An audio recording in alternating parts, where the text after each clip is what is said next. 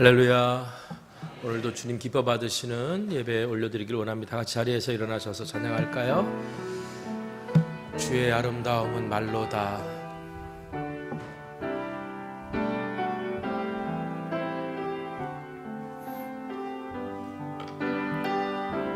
주의 아름다움은 말로다. 영원할 수 없고 주님의 그 놀라우심은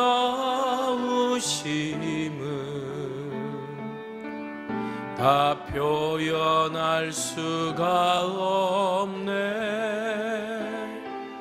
누가 그 지혜를 깨닫고 누가 깊은 사랑 증량할까. 보좌에 앉으신 주의 위엄 아름다우신 주님, 내가 주를 경외함으로 주님 앞에 올라섭니다. 찬양 받으시 기합당함 거룩하시. 내가 주를 경외함으로 내가 주를 경외함으로 주님 앞에 올라섭니다. 찬양 받으시 기합당하 거룩하시 주님. 하나님은 영이십니다. 영이신 하나님께 영과 진리로 예배합시다.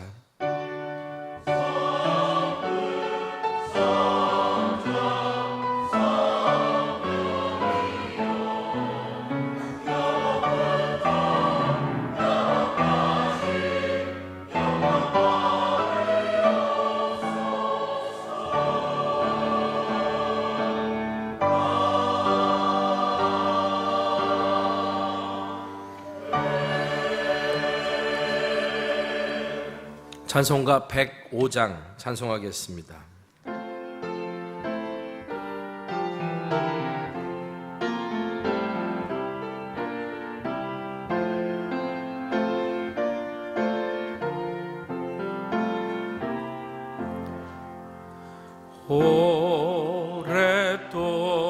오랫동안 기다리던 주님과 하셔서 죄에 매인 백성들을 자유 얻게 하시네. 주는 우리 소망이여 힘과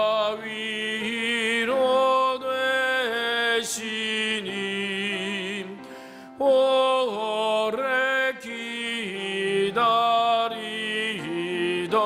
백성 많은 복을 받겠네. 모든 백성 구하려고 임금으로 오시니 영원토록 우리들을 친히 다스리시네. 죄로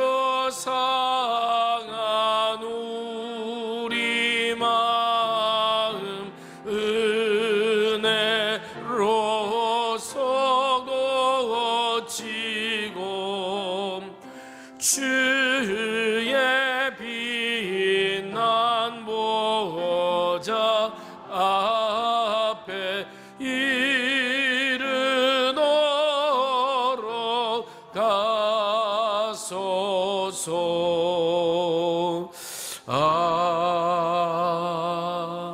아멘. 사도신경으로 우리의 신앙을 고백합니다. 전능하사 천지를 만드신 하나님 아버지를 내가 믿사오며 그 외아들 우리 주 예수 그리스도를 믿사오니 성령으로 잉태하사 동정녀 마리아에게 나시고 본디오 빌라도에게 고난을 받으사 십자가에 못 박혀 죽으시고 장사한 지 사흘 만에 죽은 자 가운데서 다시 살아나시며 하늘에 오르사 전능하신 하나님 우편에 앉아 계시다가 저려서 산 자와 죽은 자를 심판하러 오시리라. 성령을 믿사오며 거룩한 공예와 성도가 서로 교통하는 것과 죄를 사하여 주시는 것과 몸이 다시 사는 것과 영원히 사는 것을 믿사옵나이다. 아멘.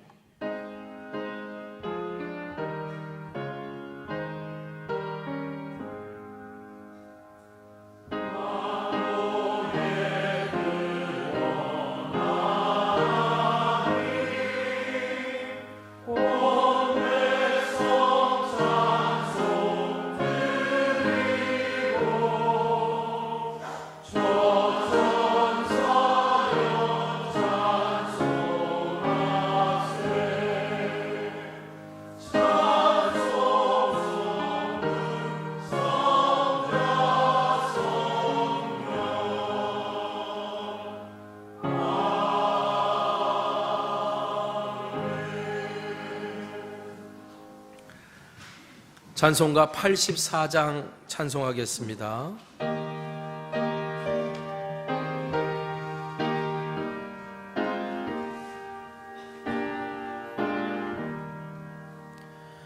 온 세상이 캄캄하여서 잠빛이 없었더니 그 빛나는 영광 나타나 온 세상 빛이었네. 영광 영광의 주, 영광 영광의 주, 밝은 그 빛 내게 비추었네. 영광 영광의 주, 영광 영광의 주, 이 세상의 빛은 오직 주 예수님. 주 말씀을 믿는 사람은 그 마음이 시원하고 주 명령을 준행하는 자 그 길이 환하겠네. 영광 영광의 주, 영광 영광의 주, 밝은 그 빛 내게 비추었네.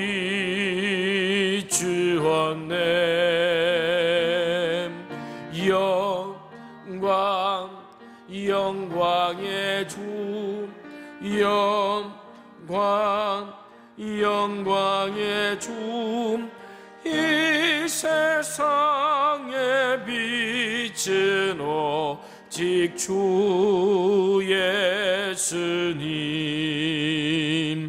죄 가운데 사는 사람은 그 눈이 어두워도 그 죄악을 씻는 날에는 그 눈이 밝아지네. 영광 영광의 주 영광의 주 밝은 금이 내게 비추었네.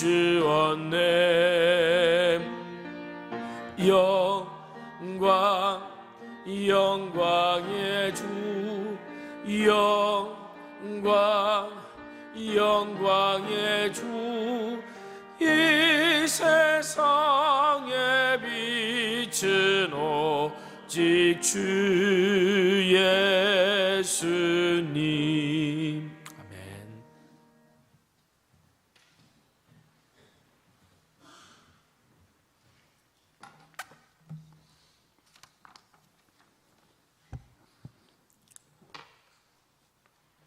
사랑과 은혜가 풍성하신 하나님 아버지 감사합니다. 지난 한 주간도 향기로 기억되는 그리스도인이 되라라는 말씀으로 각자의 삶의 현장에서 구별된 성도의 삶을 살게 하시고 오늘 거룩한 강림절 첫 주일을 맞이하여 이 자리에 인도하여 주심을 감사드립니다. 세월이 참 빠르다는 것을 새삼 느끼게 하는 12월의 첫날입니다. 지난 한 해를 뒤돌아보면 우리에게 주신 사명을 온전히 감당하지 못하였으며 우리에게 주신 본분에 성실하지 못하여 하나님 앞에 부족함이 너무 많았음을 고백합니다. 부족함이 많은 저희들을 긍휼히 여기시어 다시금 도전할 수 있는 용기와 지혜를 허락하여 주시기를 간구합니다. 사회적으로는 혼돈스럽고 남북관계는 더욱 냉각되어 가며 나라 밖에도 폭력과 전쟁으로 얼룩져 잠시도 평안하지 못하는 상황입니다.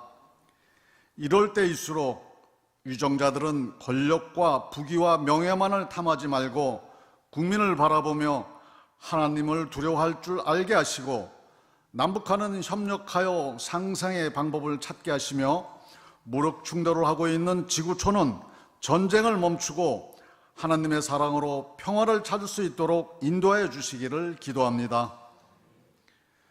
교회를 위하여 기도합니다. 각 부서마다 어려운 여건 속에서도 최선을 다하여 섬기는 열정과 헌신으로 한 해를 잘 마무리하게 하시고 다가오는 성탄절을 준비하며 우리를 구속하실 예수 그리스도의 오심을 기다리며 새해는 더욱 힘을 내어 성장하여 하나님의 사명을 잘 감당할 수 있기를 원합니다. 연로하신 어르신들의 건강을 지켜주시고 특별히 아픔과 상처를 겪고 있는 성도들에게 말씀의 위로와 평안이 있기를 기도합니다. 오늘도 예배를 위하여 곳곳에서 수고하며 헌신하는 보이지 않는 많은 손길들 위해 하나님의 위로와 축복을 더하여 주시고 이 예배를 위하여 아름다운 찬양을 올려드리는 할렐루야 찬양대의 찬양을 기뻐 받아주시기 원합니다.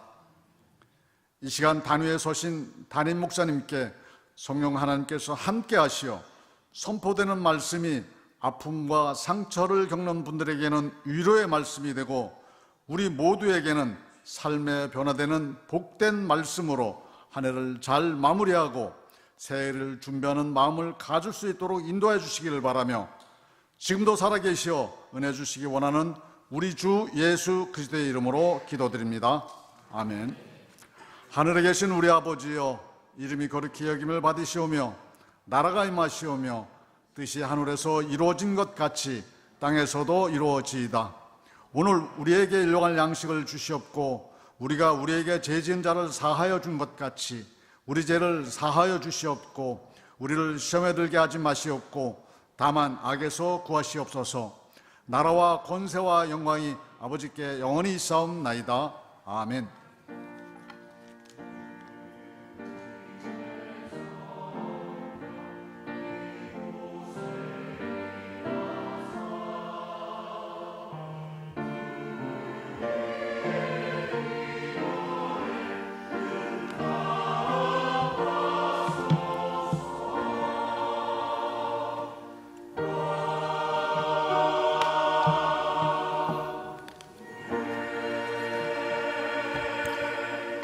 교회 소식 여러분들과 함께 나누겠습니다. 우리 성탄절에는 유아 세례식이 있으니까요. 다음 주일까지 유아 세례 신청자들 사역 지원실로 신청해 주시기 바라고요. 우리 북부 종합복지관과 함께 지역 사회를 섬기는 우리 지역의 취약계층 아동들에게 성탄절날 성탄 선물을 주는 우리 사랑의 과자박스 운동, 우리 13일 금요일까지 이어집니다.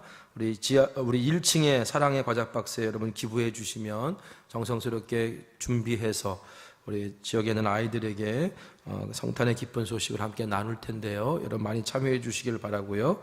그 다음에 2023년 12월 이후 등록한 우리 새가족 여러분들은 우리 12월 7일 이번 주일 돌아오는 토요일 오후 4시에 교회에서 한가족 모임이라고 여러분들 함께 교제하는 그런 식사하고 교제하는 시간 갖도록 하겠습니다. 교회에서 연락 올 텐데 여러분들 잘 참 함께 동참해 주시면 감사드리겠고요. 그리고 지난번에 터키 그리스 성지순례 내년도 4월 27일부터는 일정 신청 받는데 지금 한 19분 정도가 가시는 걸로 되어 있는데 여러분들 이번 성탄 우리 마지막 주일까지 신청 받으니까요. 자리가 아직 있어서 여러분들이 함께 많이 원하시는 분들은 동참해 주시면 감사드리겠습니다. 우리 지난 주간에 김영구 집사님, 김신혜 권사님의 어머니께서 소천하셔서 조문 다녀왔고 또 여러분들이 많이 위로해 주시고 또 기도해 주셨습니다. 계속해서 기도해 주시길 바라고 돌아오는 또 주일날입니다. 12월 8일 오후 3시에 최기용 성도님, 남현래 집사님의 장남 최현호 군의 결혼식이 송파구에 있는 웨딩홀에서 있습니다.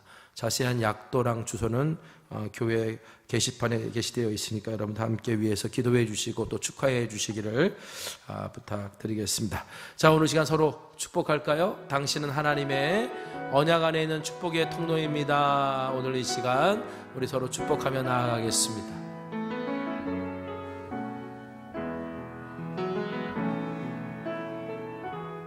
당신은 하나님의 언약 안에 있는 축복의 통로, 당신을 통하여서 열방이 주께 돌아오게 되리. 다시 한번 축복합시다. 당신은 하나님의 언약 안에 있는 축복의 통로, 당신을 통하여서 열방이 주께 예배하게 되리. 할렐루야. 우리 하나님께 영광 올려드립니다. 아멘. 자, 오늘 우리에게 주시는 하나님의 말씀은요, 호세아서 6장 1절에서 6절에 있는 말씀입니다. 호세아서 6장 구약성경 1절에서 6절입니다. 교독합니다. 오라, 우리가 여호와께로 돌아가자. 여호와께서 우리를 찢으셨으나 도로 낫게 하실 것이요 우리를 치셨으나 싸매어 주실 것입니다. 여호와께서 이틀 후에 우리를 살리시니 셋째 날에 우리를 일으키시니 우리가 그의 앞에서 그러므로 우리가 여호와를 알자. 힘써 여호와를 알자. 그의 나타내심은 새벽빛같이 어김없나니 비와 같이 땅을 적시는 늦은 비와 같이 우리에게 임하시리라 하니라. 하리야, 유다야, 내가 내게 어떻게 하랴. 너희의 인내가 아침 구름이나 쉬 없어지는 이슬 같듯. 그러므로 내가 선지자들로 그들을 치고 내 입의 말로 그들을 죽였노니 내 심판은 빛처럼 나오느니라. 나는 인애를 원하고 제사를 원하지 아니하며 번제보다 하나님을 아는 것을 원하노라. 아멘.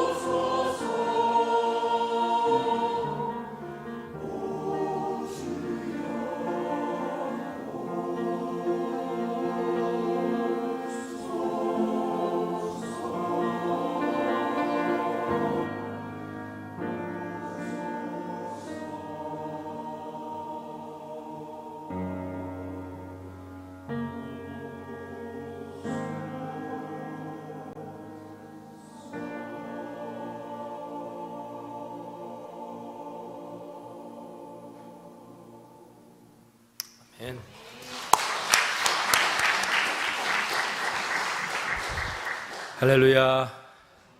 강림절 첫 주입니다. 강림절은 우리 가운데 오시는 그리스도를 기다리고 맞이하며 다시 오실 그리스도를 기대하면서, 그러면서 우리의 신앙을 점검하는 절기, 이 절기가 강림절입니다.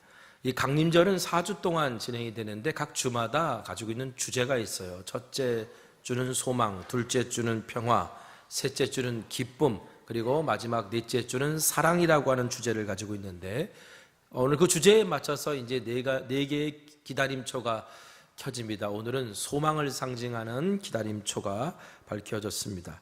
여러분, 강림절 첫 주, 바로 예수 그리스도의 오심을 기다리며 소망을 품는 시간.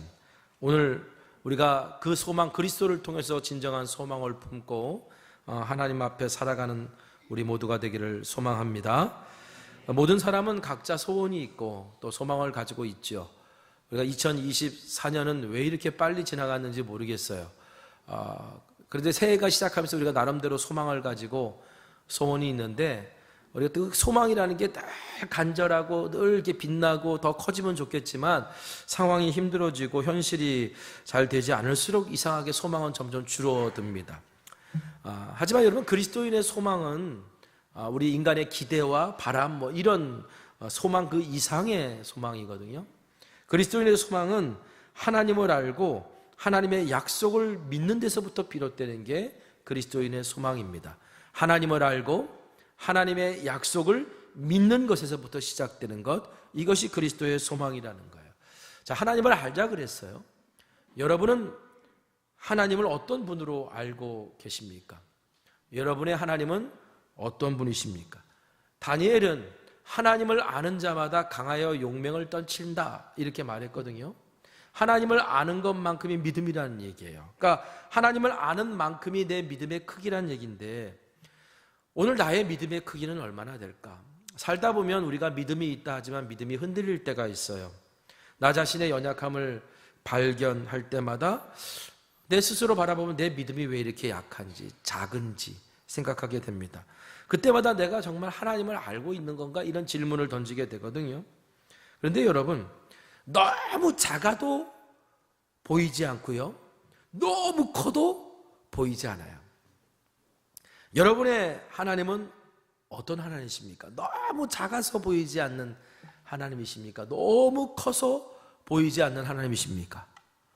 어떤 하나님이세요? 크신 하나님이에요? 작으신 하나님이에요? 네, 크신 하나님이죠. 하나님은 성경에서 광대하다라고 얘기해요. 우리가 하나님을 안다고 말하기에는 하나님이 너무 크신 거예요. 그래서 우리가 하나님의 뜻을 다 이해 못하고요, 하나님을 다 알 수 없는 거예요. 그래서 우리는 하나님을 안다라고 할 때 우리가 하나님을 알아가는 중입니다라고 고백해야 되는 거예요. 구약에서 메시아 그리스도를 예언한 선지자들이 있습니다. 그 대표적인 사람이 이사야인데, 이사야서에 보면 그리스도를 예언했을 때의 환경이 어떤 상황이냐면, 남쪽 유다 왕국이 전쟁에 휘말려가지고 그 사람들이 두려움에 떨 때였어요.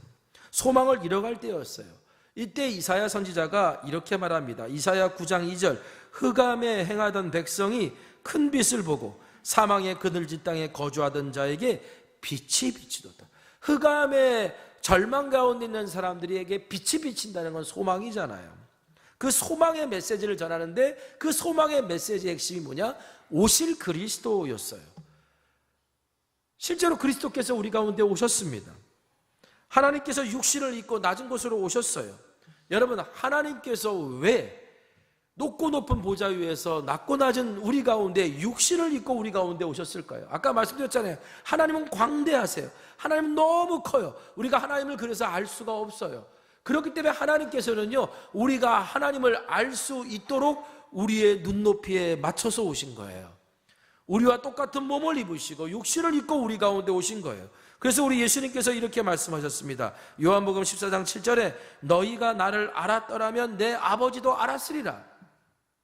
다시 말하면 예수님을 통해 하나님을 알게 된다는 거예요. 그리스도가 이 땅에 오신 것은 우리에게 하나님을 알게 하려고 이 땅에 오신 거예요. 그러면 하나님은 우리에게 어떤 하나님인 것을 알게 하려고 육신을 입고 이 땅에 오셨을까?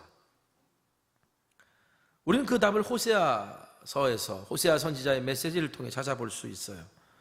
자, 전쟁으로 인해 두려워했던 유다 백성에게 메시아의 오심을 예언했던 사람이 이사야였다 그랬잖아요. 근데 그 이사야와 동시대에 그 유다를 두려움에 빠뜨리겠던 전쟁을 일으켰던 나라가 있어요. 그 나라가 북이스라엘 왕국이에요. 그 이스라엘 왕국이 아람하고 동맹을 맺어서 유다를 공격했습니다. 그때 유다 왕 아하스가 아수르 왕에게 도움을 요청해요. 살려달라고. 그래서 아수르 제국이 북이스라엘을 공격합니다. 그 바람에 북이스라엘의 상황이 어떻게 됐냐면 모든 거의 영토 대부분을 빼앗기고 그 나라는 엄청나게 힘든 시기를 겪게 돼요. 그 무렵을 해서 하나님께서 정말 많은 선지자들을 북이스라엘 땅에 보내십니다. 너희들이 이렇게 고난당하고 어려운 것은 하나님의 심판이다. 너희들이 우상을 섬기고 그들을 따랐기 때문이고 너희들의 사회가 정의롭지 못하고 온갖 제약이 가득 찼음에도 그걸 방치한 것 때문에 내가 너희들에게 내리는 심판이다라고 하나님께서 말씀하셨어요. 말씀을 전하게 하셨어요. 그때 하나님의 부름받았던 선지자 중에 한 사람이 바로 호세아입니다. 호세아는 북이스라엘이 아수르에게 공격받기 한 20여 년쯤에 하나님의 부르심을 받았어요. 그때 호세아가 선지자로 부름받았을 때는 북이스라엘이 제일 잘 살던 때, 국력이 엄청 강력했을 때, 그럴 때였어요. 그래서 되게 어떻게 보면 안정적이고 경제적으로도 풍요로웠던 그런 때였지만 동시에 온갖 우상을 섬기고 영적으로 타락했던 그런 시기였습니다.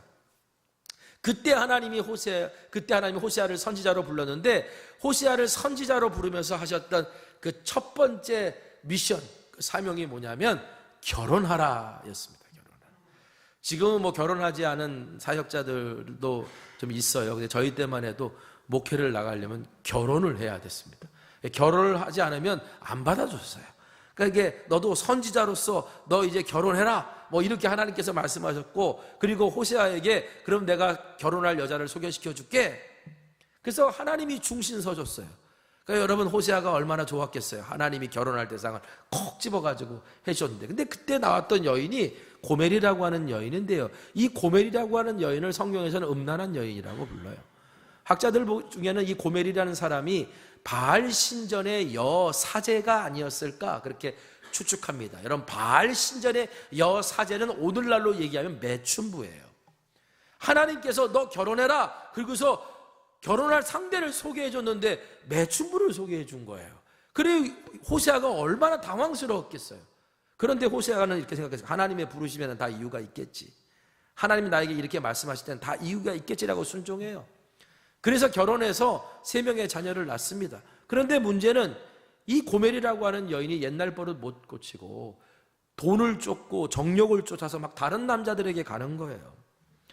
그거를 하나님께서 또 호세아에게 너 그렇게 나갔다 온 여인을 데리고 와서 다시 받아들여라 이렇게 얘기하시는 거예요. 여러분, 그 당시에는 상상도 못할 일이거든요. 그런데 호세아가 이번에도 순종해요. 하나님의 부르시면 다 이유가 있겠지. 그리고 순종했단 말이에요. 여러분, 하나님께서 왜 호세아에게 이렇게 명령하셨을까요? 하나님께서 선지자들을 통해서 아무리 얘기를 해도 이스라엘 백성이 못 깨달아들어요. 말로는 못 알아들어요. 그러니까 이제 하나님이 그들의 눈높이에 싹 맞춰서 삶의 상징성을 가지고 보여주는 거예요. 야, 너희들이 막 흉보고 조롱하는 저 고멜이라고 하는 여인이 누구냐? 저 음란한 여인이 누구냐? 바로 너희들 이스라엘이다. 그러면 그 이스라엘, 그 고멜이라는 여인을 받아들이는 저 호세아는 누구냐? 그게 바로 나다. 이스라엘아, 너희가 바로 고멜 같은 여자고 그 고멜 같은 여인을 받아들이는 호세아가 나 여호와 하나님이다. 내가 너희를 향해 사랑하고 내가 너희를 끝까지 포기하지 않겠다라고 하는 걸 이스라엘 백성들에게 시청각 교육처럼 그냥 증거로 보여주신 거예요. 왜 이렇게 하셨을까요? 호세아서 4장 6절에 내 백성이 지식이 없어 망한다 그랬어요. 내 백성이 지식이 없어 망한다. 여기서 지식은 하나님을 아는 지식을 말합니다. 그러니까 하나님은 하나님을 알지 못해서 망해가는 이스라엘 백성을 두고 보실 수 없었던 겁니다. 근데 하나님의 이런 간절한 마음이 통했을까요? 오늘 본문에 보면 이스라엘 백성들이 호세아서 6장 1절 3절에 오라 우리가 여호와께로 돌아가자 힘써 여호와를 알자라고 그렇게 외칩니다. 여러분, 우리가 오늘 읽은 본문 호세아서 6장 1절부터 6절 중에서 1절부터 3절 말씀을 호세아가 말한 것으로도 읽을 수 있고요, 이스라엘 백성이 말한 것으로도 읽을 수 있어요. 두 가지 동시에 다 그렇게 읽을 수 있는데, 누가 읽었느냐, 누가 말했느냐에 따라 그 내용이 조금 의미가 달라질 수 있습니다. 저는 이스라엘 백성이 외친 거라고 이해하는 게 더 적절하다고 생각하는 사람이에요. 전체적인 문맥의 흐름에 따져서 우리가 여호와께로 돌아가자, 힘써 여호와를 알자, 이건 충분히 우리가 아멘 할 수 있는 말씀이에요. 그렇죠? 만약에 하나님께서 호세아에게 그렇게 말씀하게 하셨다 그러면 우리는 아멘 할 수 있는 말씀입니다. 그런데 이스라엘 백성이 이렇게 말했을 때는 참 생각을 해봐야 돼요. 우리 여호와께로 돌아가자, 힘써 여호와께로 여호와를 알자, 이렇게 외쳤는데 하나님의 반응이 좀 이상해요. 그 외침을 듣고 호세아서 6장 6절에 하나님께서 이렇게 말씀하십니다. 우리 같이 읽어보겠습니다. 자, 시작. 나는 인애를 원하고 제사를 원하지 아니하며 번제보다 하나님을 아는 것을 원하노라. 지금 이스라엘 백성들이 전쟁의 패 때문에 고통당하고 있다 그랬잖아요. 이걸 하나님의 심판으로 인식하고 여호와께 돌아가자, 힘써 여호와를 알자, 그러니까 사람들이 모여가지고 제단을 쌓고 막 사방에서 막 모여들어서 하나님 앞에 회개의 제사를 드리고 하나님을 알게 해달라고, 하나님을 깨닫게 해달라고 막 기도하고 하는 그런 번제의 제사를 드렸어요. 그런데 하나님께서 6장 6절에 그 예배와 기도를 들으신 하나님께서 뭐라고 응답하시냐면, 나는 인애를 원하지 제사를 원하는 게 아니야. 나는 나를 아는 걸 원하지 번제를 원하는 게 아니야 라고 말씀하세요. 이 얘기는 뭐냐? 야, 너희가 지금 나한테 돌아왔다고 회개한다고 예배드리고 너희가 나를 알고 싶다고 막 기도하는데 너희가 정말 나를 알고서 그렇게 하는 거냐? 라고 되물으시는 거예요. 호세아서 4장 1절에 이 땅에는 진실도 없고 인애도 없고 하나님을 아는 지식도 없고 그랬어요. 너희들이 왜 그렇게 됐냐면 신실함이 없고 인애가 없고 하나님을 아는 지식이 없기 때문에 너희들이 그렇게 된 건데, 너희들이 정말 나를 알고서 지금 그렇게 회개의 단을 쌓고 하나님을 알게 해달라고 기도하는 거냐? 라고 물으신단 말이에요. 여러분, 오늘 여기서 우리가 알아야 될 것은, 우리가 하나님을 정말 알려면 첫 번째로요, 하나님께서는 우리가 신실하기를 원하신다는 걸 알아야 돼요. 호세아서 6장 4절 말씀입니다. 에브라임아, 내가 내게 어떻게 하랴? 유다야, 내가 내게 어떻게 하랴? 너희의 인내가 아침 구름이나 쉬 없어지는 이슬 같도다 그러셨어요. 하나님의 한탄이에요. 여러분, 아침 구름, 아침에 딱 아침 구름이 떴는데 아침 구름이 오늘 바람이 수가 없었어요. 아침에 이슬이 내렸는데 조금 있다가 햇빛이 비치니까 싹 하고 사라졌어요.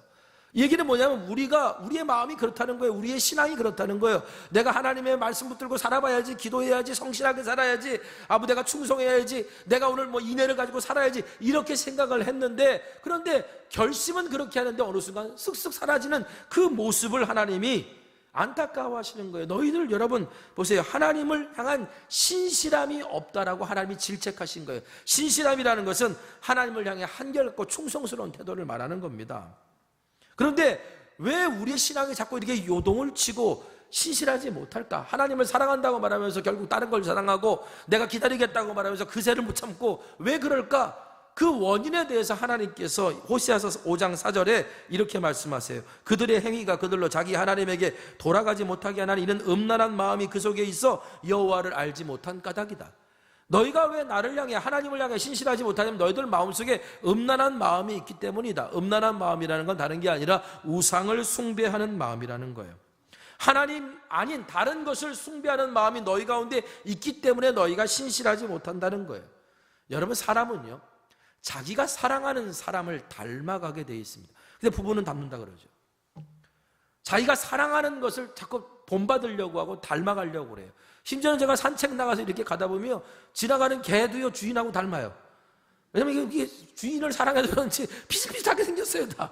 야, 어떻게 주인하고 개랑 이렇게 똑같이 생겼냐, 이렇게 생각이 들 정도로. 이게 뭔가 자꾸 보니까, 자꾸 사랑하니까 닮아가는 거예요.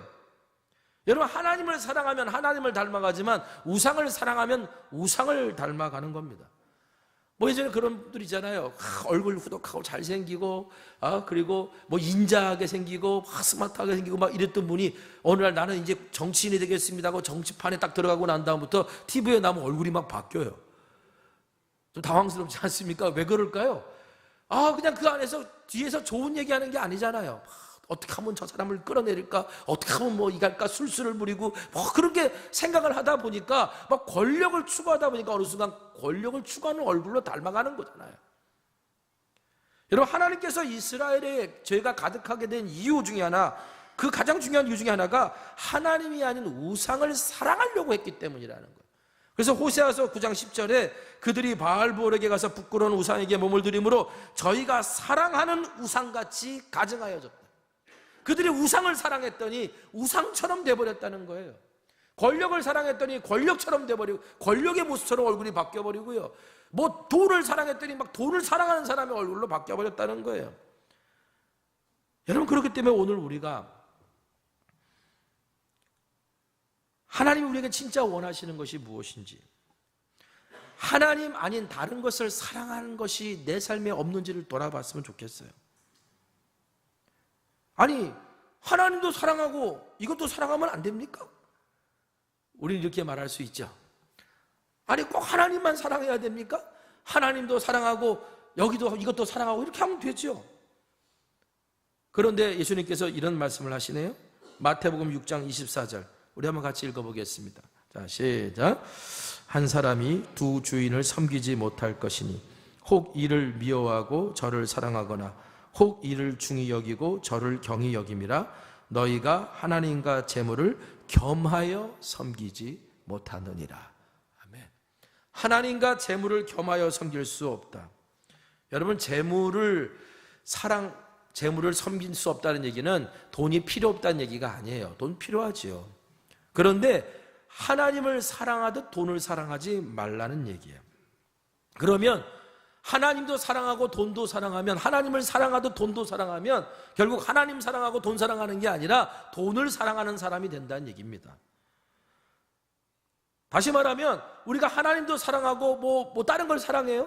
그러면 내가 사랑하는 그것을 얻기 위해 하나님을 이용하는 꼴밖에는 안 된다는 뜻이래요. 그렇기 때문에 여러분, 오늘 우리가 하나님이 나는 너희들에게 신실함을 원한다는 얘기는 너희들이 나를 사랑하는 충성된 태도를 갖기를 원한다는 말씀하고 다를 바 없어요. 우리 이런 고백을 하며 살아야 돼요. 하나님, 나는 무엇과도 하나님을 바꾸지 않겠습니다. 무엇과도 주님과의 가치는 변하지 않겠습니다 라고 고백하는 삶이 신실한 삶이라는 거예요. 두 번째는요, 하나님께서는 우리에게 인애가 있기를 원하세요. 인애, 많이 들어보신 말이죠. 히브리어는 헤세드고요. 쉽게 번역하면 사랑입니다. 뭐 국률로도 자비로도 이렇게 번역할 수 있지만 인애라고 하는 말을 그냥 신학적으로 풀어보면 이런 거예요. 하나님의 언약에 따라 신실하게 책임을 다하는 사랑. 하나님의 언약에 따라 신실하게 책임을 다하는 사랑이 인애예요. 근데 이 인애가 뭔지를 잘 보여주는 게 룻기에 나옵니다. 자, 엘리멜렉이라는 사람이 있었어요. 이 사람이 가뭄이 드니까 고향 베들레헴을 떠나서 모압 땅으로 이주해요. 아내는 나오미고요. 두 아들이 있었는데 두 아들은 그 모압 땅으로 가서 죽었고요. 이 엘리멜렉도 금방 죽어요. 그런데 이 두 아들을 모압 여인들과 장가 보냈는데, 문제는 이 나오미가 베들레헴에서 가뭄이 끝났다는 말을 듣고 이제 고향으로 돌아가려고 합니다. 근데 두 며느리, 과부가 된 두 며느리를 데려가려고 보니까 이 여인은 이방 여인인데다가, 그리고 정말 그렇게 베들레헴으로 돌아가면 사람들에게 온갖 모욕과 수치를 받을 것 같은 거예요. 그래서 나오미가 어떻게 하면 두 여인들에게, 자기 며느리들에게, 야, 너희들 그냥 여기 새로운 삶을 살아라 라고 그 두 며느리를 놓아줘요. 인애를 베풀어 준 거예요. 이 여인들을 위해서 사랑을 베푼 거예요. 그런데 그 두 여인 중에, 며느리 중에 룻이요, 아닙니다, 어머니. 당신의 어머니의 하나님이 나의 하나님입니다. 나는 끝까지 어머니를 쫓겠습니다. 왜냐하면 어머니 혼자 고향에 보낼 수 없어요. 어머니를 누군가 공양하고 섬겨야 되지 않겠습니까? 라면서 룻이 나오미를 향해 인애를 향하는 거래요. 그 룻이 나오미와 함께 베들레헴에 돌아와서 이제 먹고 살아야 되니까 이삭을 주우러 다닙니다. 이삭을 주우러 다니다가 엘리멜렉의 친족 보아스의 집에 밭에 가서 이삭을 줍다가 보아스를 만나요. 이 얘기하면 길어지니까 다 생략하고, 그래서 이 룻이 어떻게 보아스에게, 나는 우리 집안의 기업을 좀 되살려야 되겠습니다. 그러니 보아스여 나랑 결혼해 달라고 요청을 해요. 그때 보아스가 룻에게 뭐라고 말하냐면 룻기 3장 10절에 네가 베푼 인애가 처음보다 나중에 더하도다. 처음 뭐냐면 네가 저 모압에 남지 않고 어머니 쫓아와가지고 그 어머니를 섬긴 그 인애를 내가 아는데 지금 나에게 청혼하는 그 인애가 그것보다 훨씬 크다라는 거예요. 왜냐하면 네가 젊은 나이인데 젊은 남자를 쫓거나 그런 걸 쫓아가는 게 아니라 그때 당시 보아스는 할아버지였거든요. 이 할아버지인 나한테 와가지고 자기 집안을 살리겠다고 결혼해달라고 요청하는 그 모습이야말로 인애다. 그러면서 보아스가 어떻게 해요? 그것을 허락해주고 그 집안의 기업을 물려주고 인애를 베풀어요. 그랬더니 하나님께서 어떻게 하십니까? 나오미와 룻과 보아스에게 인애를 베푸시죠. 그리고 그리스도의 계보를 이어가는 중요한 인물들이 되게 하시잖아요. 여러분, 이게 인애예요. 하나님의 언약에 따라 책임을 다하는 사람. 우리가 하나님 앞에 예배하는 사람이라 그러고 우리가 하나님 앞에 모여 기도한다고 하면 하나님이 우리에게 원하시는 건 뭐냐? 인애가 있어야 된다는 거예요. 근데 이스라엘이 다 같이 모여서 예배하고 다 같이 모여서 기도하는데 정작 그들에게 하나님이 말씀하시기를 너희는 인애가 없다. 나는 인애를 원하지 너희들의 제사를 원하는 게 아니다. 고통당하는 이웃들이 너희 주변에 있고 죄로 인하여 만에서 망가진 사회가 우리 가운데 있는데 그것을 그대로 냅두고 와가지고 나에게 제사한들 기도한들 내가 그걸 기뻐할 것 같냐 라고 하나님께서 이스라엘 백성들에게 말씀하고 있는 거예요. 여러분, 우리의 모습은 어떻습니까? 하나님께서 원하시는 인애가 오늘 우리에게 있습니까? 우리가 세상 속에서 세상을 향하여 책임을 다하는 그러한 사랑이 우리 가운데 있습니까? 여러분, 보아스는 유력한 사람이라고 성경에서 인정하거든요. 기보르 하일이라고 히브리어로는 말하는데 유력한 자, 용사라는 표현이기도 합니다. 세상과 이웃들이 그 보아스를 기보르 하일, 유력한 자라고 인정해 줬어요. 룻은 보아스가 너는 참 현숙한 여인이다 라고 얘기하거든요. 그런데 이 현숙한 여인이란 뜻도 용사, 유력한 사람과 같은 말에서 나온 말이에요. 너야말로 정말 용사다. 너야말로 정말 유력한 사람이다. 영향력을 끼치는 사람이다 라고 말합니다. 여러분, 우리는 룻처럼 현숙한 여인으로서 헌신과 책임감으로 세상과 이웃에게 본이 되는 교회로 살아가고 있습니까? 만약 그렇지 않다면요, 우리가 아무리 모여 예배하고 아무리 기도회를 많이 열어도 우리 하나님 이렇게 말씀하실 거예요. 나는 인애를 원하고 제사를 원하지 않는다. 마지막 세 번째는요, 하나님께서는 우리가 진정으로 하나님을 알기를 원하신다는 거예요. 호세아서 4장 1절 말씀 한번 읽어볼까요? 읽겠습니다. 자, 시작. 이스라엘 자손들아, 여호와의 말씀을 들으라. 여호와께서 이 땅 주민과 논쟁하시나니 이 땅에는 진실도 없고 인애도 없고 하나님을 아는 지식도 없고. 자, 여기서 논쟁하신다는 얘기는 뭐냐면 고발하셨다는 얘기예요. 그러니까 이스라엘 백성을 재판정에 세운 거예요. 재판정에 세웠는데 그 죄가 뭐냐면 진실도 없고 신실도 없고 인애도 없고 하나님을 아는 지식이 없다고 하나님께서 재판정에 세우신 거예요. 그리고 책망하신 거예요. 이런 상황 속에서 아닙니다, 하나님, 우리가 여호와께로 돌아가겠습니다, 우리가 힘써 여호와를 알겠습니다 라고 이스라엘 백성들이 외쳤던 거예요.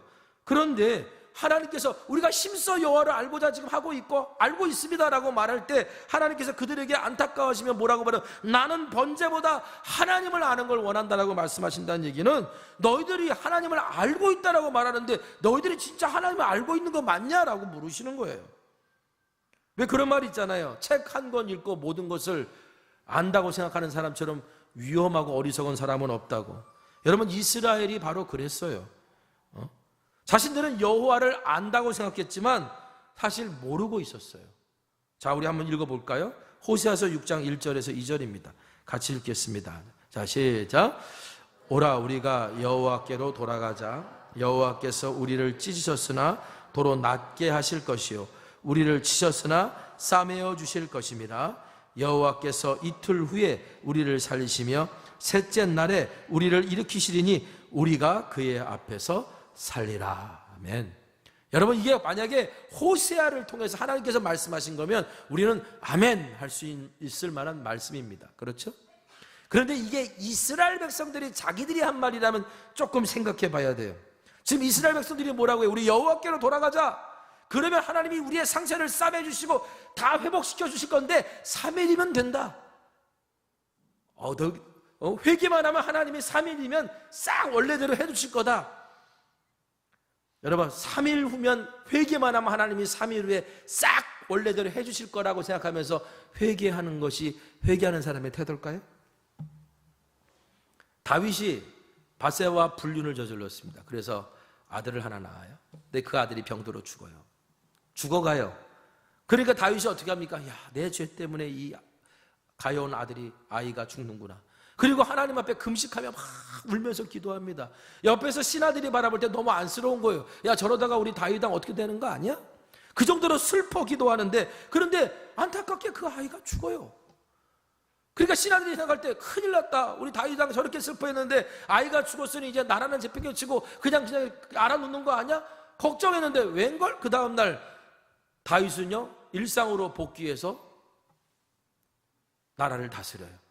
그러니까 신하들이 궁금한 거예요. 아니, 엊그제까지만 해도 죽겠다고 막 누워 울고 하나님 앞에 그랬던 왕이 아이가 죽었는데 더 슬퍼해야지 어떻게 와가지고 나라를 다스리냐고 물어요. 그랬더니 다윗이 이렇게 말합니다. 사무엘하 12장 23절에 이르되 아이가 살았을 때 내가 금식하고 운 것은 혹시 여호와께서 나를 불쌍히 여기서 아이를 살려주실는지 누가 알까 생각함 이거니와 지금은 죽었으니 내가 어찌 금식하랴.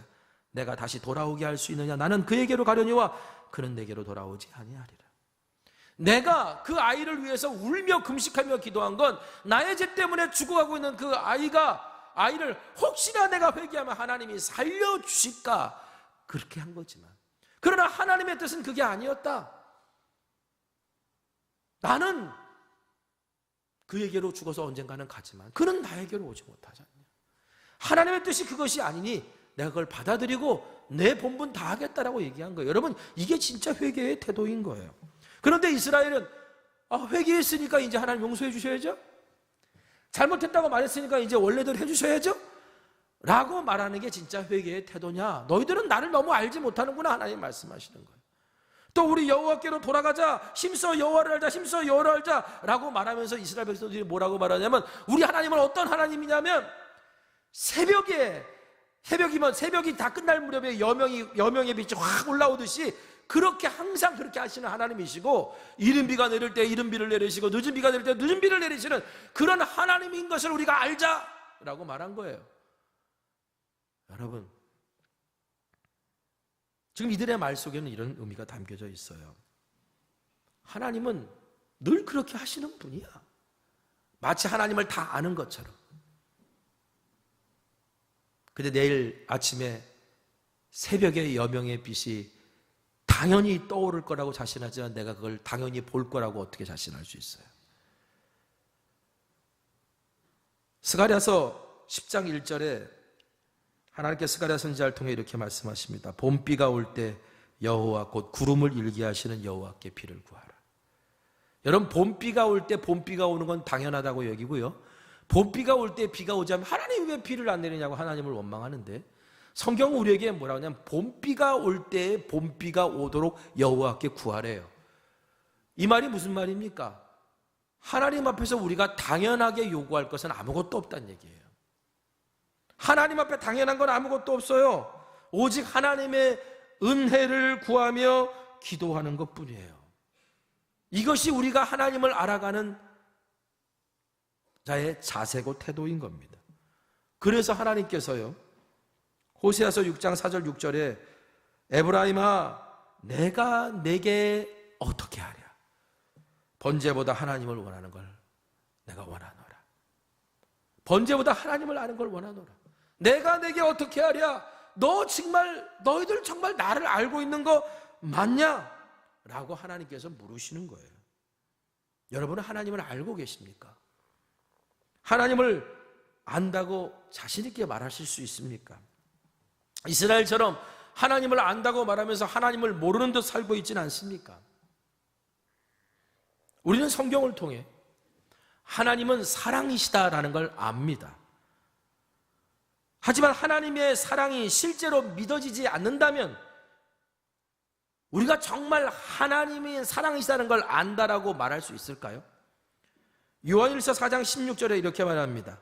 하나님이 우리를 사랑하시는 사랑을 우리가 알고 믿었노니 하나님은 사랑이시라. 사랑 안에 거하는 자는 하나님 안에 거하고 하나님도 그의 안에 거하시느니라. 우리가 하나님은 사랑이시라는 걸 어떻게 해요?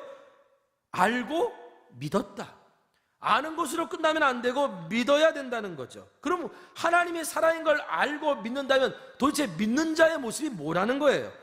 그래서 에베소서 5장 1절 2절에 사도 바울이 이렇게 말합니다. 그러므로 우리 한번 이건 같이 읽어보겠습니다. 자, 시작. 그러므로 사랑을 받는 자녀같이 너희는 하나님을 본받는 자가 되고 그리스도께서 너희를 사랑하신 것 같이 너희도 사랑 가운데서 행하라. 그는 우리를 위하여 자신을 버리사 향기로운 제물과 희생 제물로 하나님께 드리셨느니라. 아멘. 너희들이 하나님의 사랑을 아냐? 그럼 알고 믿으면 사랑 가운데 거한다. 사랑 가운데 거한다는 건 그 사랑 가운데 산다는 거예요. 그 사랑 가운데 산다는 게 뭐냐? 하나님의 사랑을 받은 자녀 같이 산다는 거예요. 우리가 하나님의 사랑을 안다면 하나님의 사랑을 받은 자녀처럼 사는 거예요. 어떤 사람이 넉넉하게 사랑을 흘려보낼 줄 아냐면요, 사랑을 받은 사람이 사랑을 흘려보내는 거예요. 그러니까 사랑을 많이 받은 사람들은 그 사랑을 흘려보내는 것도 익숙해요. 보통 이렇게 만날 때 어떤 사람은 야, 당신 참 사랑을 많이 받고 큰 것 같아요 라고 말하면 이거 칭찬이잖아요. 당신 성품이 참 좋아요, 참 온유해요, 이런 얘기예요. 근데 여러분, 우리가 자라면서, 우리가 살아오면서 늘상 여러분 늘상 사랑을 많이 받고 자랐습니까? 어떨 때는요, 부모된 입장으로도 그래요. 내가 아이를 사랑하겠다고 막 사랑했는데 그 사랑이 때로는요, 그 아이에게는 결핍을 일으키는 사랑이에요.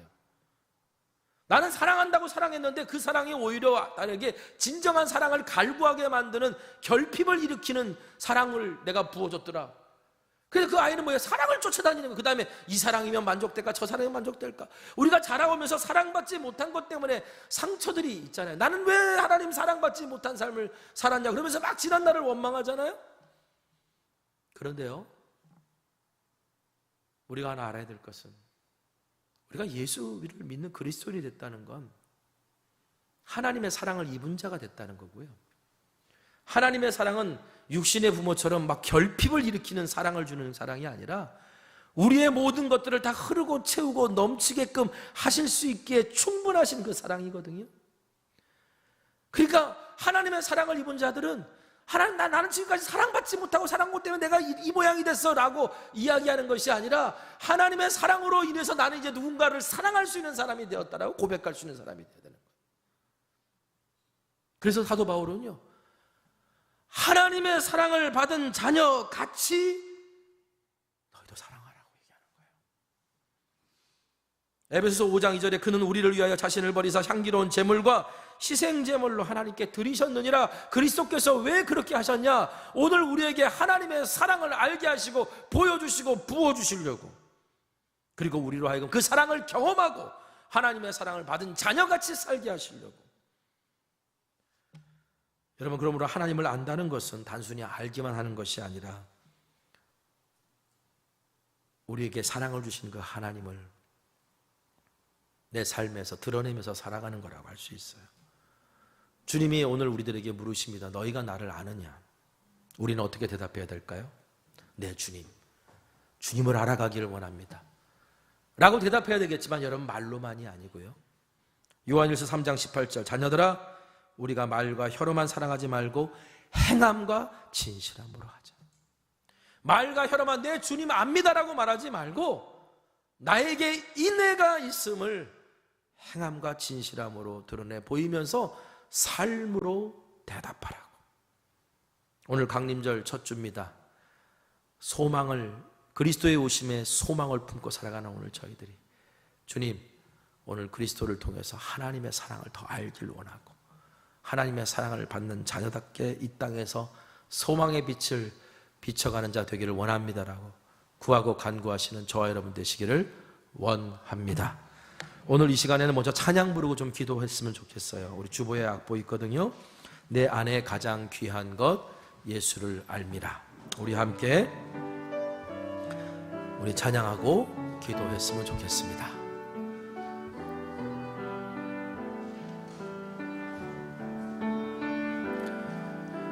내 안에 가장 귀한 것 예수를 알미라. 금은보다 더 귀한 것 예수를 알미라. 세상 지식보다 귀한 것, 세상 지식보다 귀한 것 예수를 알미라. 내 안에 가장 귀한 것 예수를 알미라. 예수의 이름, 예수의 이름, 존귀한 그 이름, 예수의 이름, 능력의 그 이름. 오늘 제가 좀 기도했으면 좋겠습니다. 우리 말씀 붙들고 좀 기도할 때, 하나님, 오늘 내가 진정으로 하나님을 안다라고, 하나님을 알아가고 있다고 말과 혀로만이 아니라 행함과 진실함으로 고백할 수 있는 사람 되기를 원합니다. 하나님이 오늘 우리에게 원하시는 건 인애고 신실함인데, 그리고 하나님을 아는 지식인데, 우리가 하나님을 정말 진정으로 알고 있는지 오늘 하나님께 묻고, 이 그리스도가 오심을 대망하며 기다리는 이 소망의 절기에 하나님, 오늘 이 시간 우리가 내가 주님을 더 알아가는 사람, 주님 안에서 만족을 누리는 사람, 주님만을 사랑한다는 사람으로 고백되길 원합니다라고 우리 다 같이 함께 기도했으면 좋겠습니다. 기도하겠습니다. 거룩하신 아버지 하나님, 감사합니다. 오늘도 약속의 말씀을 듣습니다. 오늘 우리의 삶에서 하나님, 우리의 연약함과 우리의 부족함을 아시는 주님, 아버지, 우리가 여호와께로 돌아가자, 힘써 여호와를 알자라고 공허한 외침을 외쳤던 이스라엘 자손들이 아니라, 아버지 하나님, 내가 하나님을 사랑합니다, 말과 혀로만이 아니라 행함과 진실함으로, 아버지, 내가 하나님의 사랑받는 자녀답게 내가 살아가는 모습을 통해 하나님을 아는 자녀임을 하나님 우리가 드러내 보일 수 있도록 인도하시고, 이런 자들이 드려지는 예배를 하나님 흠양하시고, 이런 자들의 기도를 하나님 들으시고 응답하시는 줄 믿사오니 우리의 삶에 그런 은혜가 넘치게 하여 주시옵소서. 예수님의 이름으로 기도했습니다. 아멘.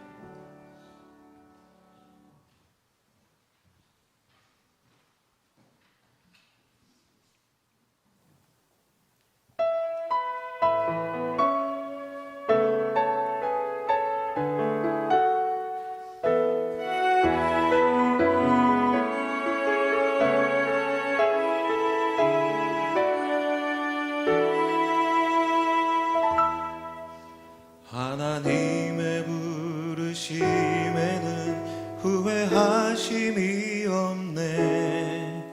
내가 이 자리에 선 것도 주의 부르심이라.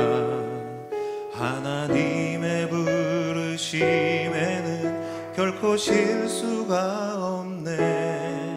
나를 부르신 하나님의 신실하심을 믿네.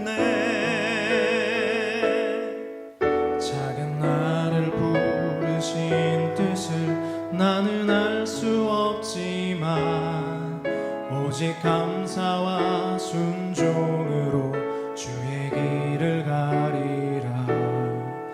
때론 내가 연약해져도 주님 날 도우시니, 주의 놀라운 그 계획을 나는 믿으며 살리.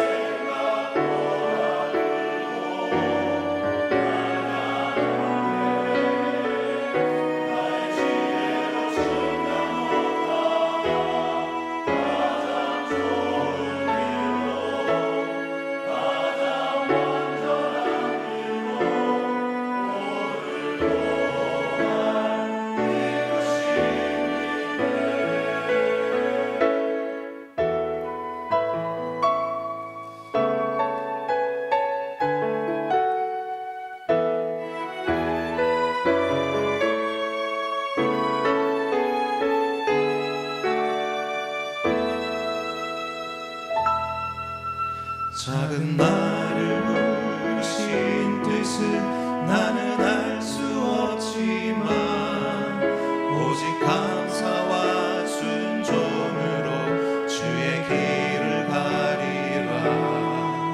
때론 내가 연약해져도 주님 날 도우시리. 주의 놀라운 그 계획을 나는 믿으며 살리.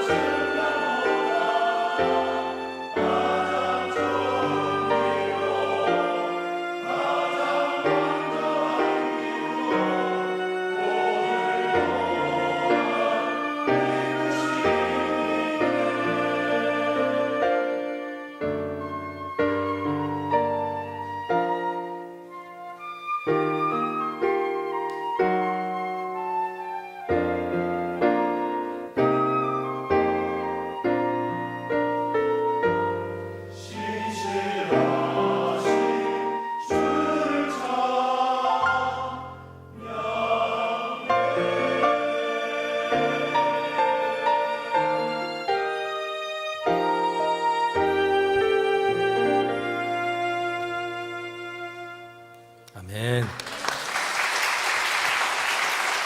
그 자리에서 일어나시겠습니다. 기도하겠습니다. 사랑의 하나님, 감사합니다. 강림절 첫 주 그리스도의 오심을 대망하며 우리의 부르심을 다시 생각하고 하나님의 사랑받는 자녀답게 살고자 다짐하는 주의 백성들을 축복하옵소서. 오늘도 드려진 귀한 예물이 있습니다. 마음의 소원과 간절한 기도의 제목에 응답하셔서 나보다 나를 더 잘하시고 내가 생각한 것보다 훨씬 크신 그 하나님을 경험하며 누리며 하나님을 날마다 새롭게 알아가는 새 노래를 부르며 살아가는 주의 자녀들 될 수 있도록 은혜 위에 은혜를 더하여 주시옵소서. 지금은 우리 주 예수 그리스도의 크신 은혜와 하나님 아버지의 무한하신 사랑하심과 성령님의 감화 감동 역사 충만 교통 내주하심의 은혜와 은총이 하나님을 더 알아가며 하나님의 자녀답게 살아가기로 결단하며 나아가는 주의 백성들 위해 지금부터 영원까지 함께하여 주시옵기를 간절히 축원하옵나이다. 아멘.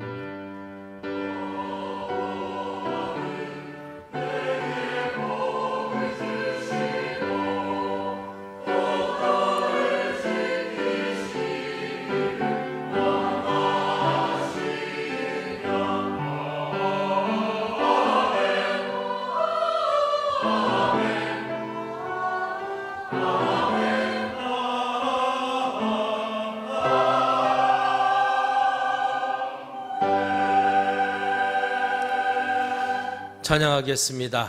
이곳에 임하신 하나님 나라 오늘 우리의 삶 가운데 일어나기를 간절히 소망하는 마음으로 찬양할까요? 이곳에 임하신 하나님 나라.